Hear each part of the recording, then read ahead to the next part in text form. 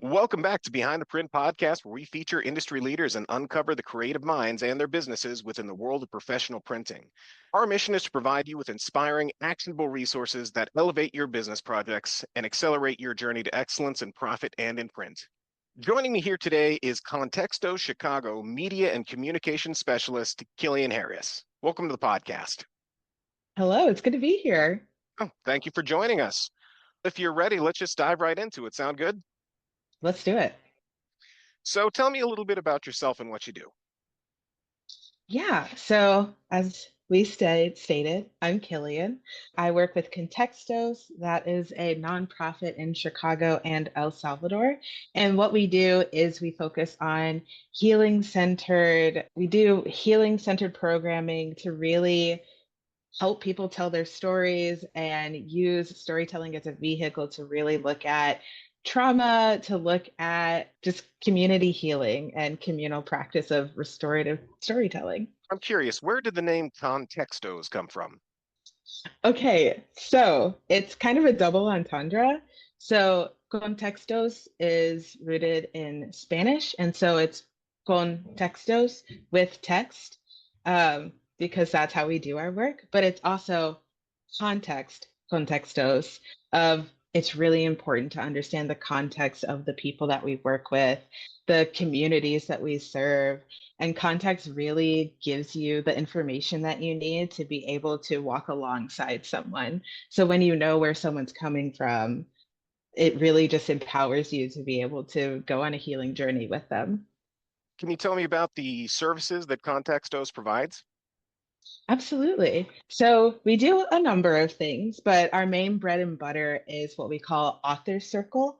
So it's about a 6 month process where we have folks come in, we gather around, we tell the stories of our lives, and we really work through some of the things that have happened in our past.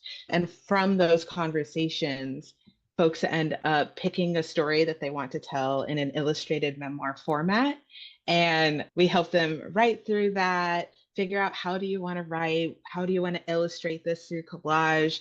And we end up with fully illustrated print, about like 30 to 35-page memoirs. We do the majority of this particular work in Cook County jails here in Chicago. So we work across 4 divisions doing this work. It's really cool. So, just judging by your website and your printing projects, you guys have a pretty broad audience, but what could you tell me about Mhm. your typical clientele? So ConTextos works in the violence intervention space. And so, as I was talking before about this community healing process, we believe that violence doesn't just happen in a vacuum, right? It's the context that you come from that really informs what's happening in your life and how you're processing that. So if you're never given the tools to take a look at what you've gone through and really contextualize that, it's really hard to heal. And so the people that we say we serve everybody, which is very much true, but we're really looking to connect with people who haven't been able to share their stories in their own words before, people who have been disenfranchised and have had their stories and their voices shut down or quieted. We really just want people to have a space to say, hey, you have something important to share here, and we're here to listen and hold it and help you make sense of it. Okay. You already did briefly touch on this, but what sort of problems do you help solve for these individuals? So that's an interesting thing about Contextos is we don't see ourselves as fixers necessarily.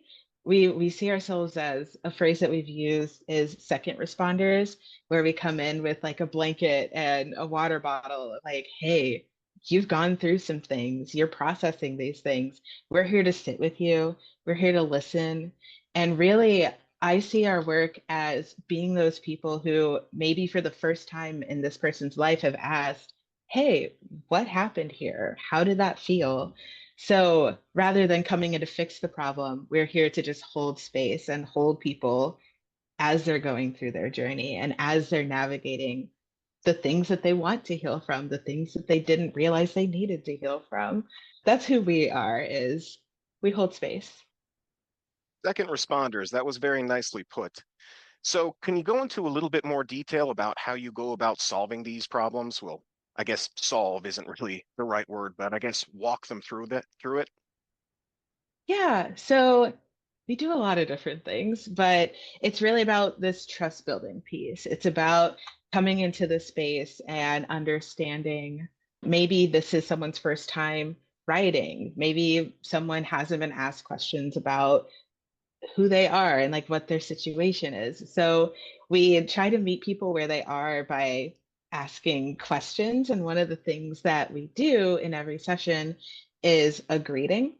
And what that is, we'll start out our circle with a question. It can be as simple as, what was your favorite movie growing up? All the way down to things that are like, what's something that you're holding that you haven't been able to share? And so, through these questions and this genuine, active, responsive listening, people feel empowered to really share pieces of themselves that they haven't seen before. Another aspect of this that is so, so, so important is the communal community aspect. Healing does not happen in a vacuum. We do not become our best selves in a vacuum. So, being able to bounce these ideas off of other people, reflect with other people, see the similarities and differences in our stories with each other, that that is like where the magic happens. Is I'm not alone. We're more connected than we thought we might have been. How beautiful is that? That is beautiful, especially nowadays. Like everyone is so Hmm. engrossed in their devices and their screens that I can see how it would be even more alienating. It's harder to form those connections nowadays. And it sounds like you're providing the perfect space for people to do just that, to form those connections, to get involved with their communities. Absolutely. We really want to go into people's communities and rather than like, oh, well, like come to our space, come do this thing over here. We're like, no, we want to meet you where you're at. Like with county, we go into county to facilitate these circles in different divisions. And when we have community circles, we go to their neighborhoods and show up where people already are because it's so important to instill that sense of confidence in people and be like, I'm not fixing you. I'm not the person who's going to like save you. Like, I'm here to be with you. And so, what does that look like? It's showing up where people already are. So ConTextos is already pretty unique, but how does it stand out from other nonprofits in your field? Yeah, I think something that's really unique about what we do is it is about that like meeting people where they are in terms of we are happy to kind of shift what our programming looks like to meet other people's needs. We're happy to deviate from the plan if that's what it comes down to.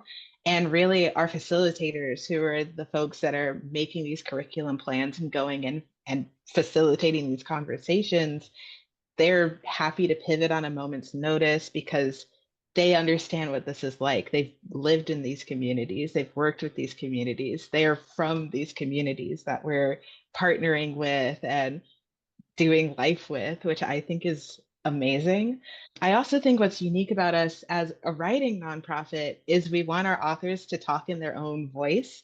We're not, we're going to dot our T's and cross our I's or I got that backwards, but you know what I mean. This isn't an English class or anything like that. This is really, hey, we want you to own your story. Tell it the way that you want to tell it. You know what you want to say best. And we are here to help you do that without it becoming, did you use your proper grammar? Did you spell this correctly? But rather, you know your story best. And we're here to amplify you. And going back to what you were saying about going and meeting these people, it's like a Mhm. doctor doing a house call. And also going back to what you were saying about gaining the context, what better way to gain context than actually going to these locations and meeting these people? Absolutely. So I saw on your website that ConTextos Chicago has served over 3,300 people. So that's a pretty impressive achievement. But can you tell Mhm. me about any other major milestones that you or ConTextos has achieved? Yeah, absolutely. So even last year, I think let me backtrack a little. I think we're always trying to figure out what people are looking for and what are different ways that we can get people integrated, because not everybody wants to write, and that is okay.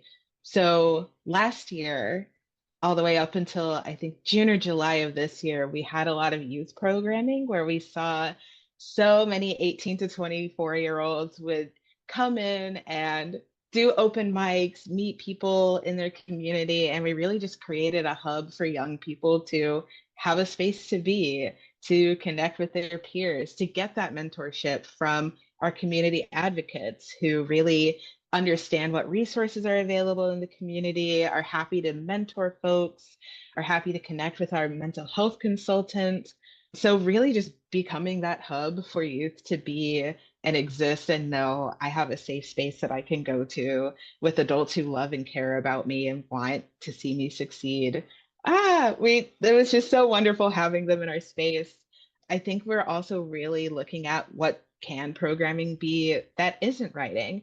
So, for example, last year we worked in the West Garfield Park neighborhood here in Chicago to co-create a community garden. That's a neighborhood that, for those who don't live in Chicago, that's a neighborhood that typically hasn't gotten a lot of those types of resources, doesn't necessarily have a lot of green space. And we came in and worked with the community, hosting dinners and having conversations and taking surveys of, hey, we have resources and we want to know what you want in your community. Like, let's build this together. So we really, for that program, we worked with 5 author leaders who really got to develop those skills of public speaking, project planning, and management. And we co-created this really beautiful garden space. So we're always looking for new things to do and showing up. Back to what you were saying, public speaking. I remember when I was 18 to 24, that type of thing was horrifying for me. And now it's Mm-hmm. kind of what I do for a living is I talk to people. Can you tell me about any challenges that are holding ConTextos back right now? Any obstacles? That is a really good question. Honestly, I really feel like there's so much need for what we do, even if people don't realize that writing and hanging out with people is healing. We're just one organization doing what we can, of course, but I think now, especially in this season where things are so shaky and up in the air, and we're all just kind of what you were saying earlier about like we're all doom scrolling on our phones, trying to figure things out. And so it is like we can only do so much. And we really do believe that everybody needs a little bit of contextos in their life. Everybody needs that community support, and everybody needs to be able to share pieces of themselves without judgment or fear. So it is just like, how do we do that without, as many people in the nonprofit world, I'm sure can attest, how can we do that without burning ourselves out and still like doing the work and doing it well when there is such a need for second responders? What can you tell me about how print has helped elevate your business? I have one of your printed projects right here. Oh my Turned gosh. Yes. it turned out really well. It's beautiful. So, a big part of what we do is printing stories. So, we print the individual memoirs, as I stated earlier, and community compilations. And what that does is it really just allows people to distribute their stories.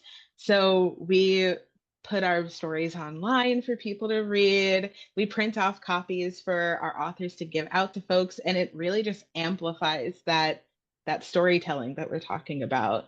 Like I said earlier, for a lot of our participants, this is the first time that they've ever really been asked, hey, like, what is your story? What are the things that you're dealing with? How would you like to share that? And so being able to have that printed physical, like, this is the journey that I went on, and this represents the family that I've found, the healing that I've done, and being able to physically hold that in your hands makes that journey feel so real. And it's also a wonderful tool. We use this phrase called complicating narratives of you read something written by, for example, an author in Cook County who maybe you would have never met otherwise. And really getting to get the context and understanding of, oh, like this is someone's life. This is someone that I may have never talked to. And now I get to really understand pieces of who they are. So it's that amplification piece is why those print materials are so important and integral to what we do. And back to what I was saying about everyone is glued to their phones these days. Just having this, like it's not on a screen, it's physical. You can hold it in your hand. Mhm. You can leave it out on your coffee table, and maybe one of your guests walks in, and just picks it up and starts flipping through it. It's more, I guess you could say, permanent than a screen. Mhm. Exactly. And it's funny that you say that because I saw a video somewhere about like, oh, like we're losing our physical media to like streaming and everything's online now. And you don't realize how nice it is to have that physical, like, oh, this is mine. Exactly. I can hold it. So, yeah, absolutely. So, sort of a different question for you here. If you had a day completely free to spend however you'd like, how would you spend it? Oh, this is such a good question. I would sleep in, and I think we would all do a little bit of that. I would sleep in. I would spend the morning with my cat. She's just this tiny little brown tabby. I would probably go hang out on the beach for the afternoon, have some good food. Ooh. And then I think for the evening, I would like go to a concert or see a movie. I really like live performance things, so I'd probably go to a concert. Any particular bands in mind? Ooh, okay. So one of my favorite bands right now is Vial, Vial. They're a Minnesota like punk band. They're super fun. They're super great to see live. The energy is just like electric. So, one last question for you. How can Mhm. our listeners get in touch with you to learn more, to make a donation, to collaborate with you? How can we get in touch? Yes. So the best way to get in touch is to go to our website. That's contextos.org. If you'd like to reach out via email and specifically learn more about Contextos Chicago, you can reach out to chicago@contextos.org. So those are your two best places to get in touch with us. Very good. So, I'd say that's a wrap on another episode of Behind the Print. Thank you for joining us as we explored the artistry and innovation of the printing world. Remember, having a strong vision, building the right strategy, and using tools like print to amplify your message will make your brand stand out from the crowd.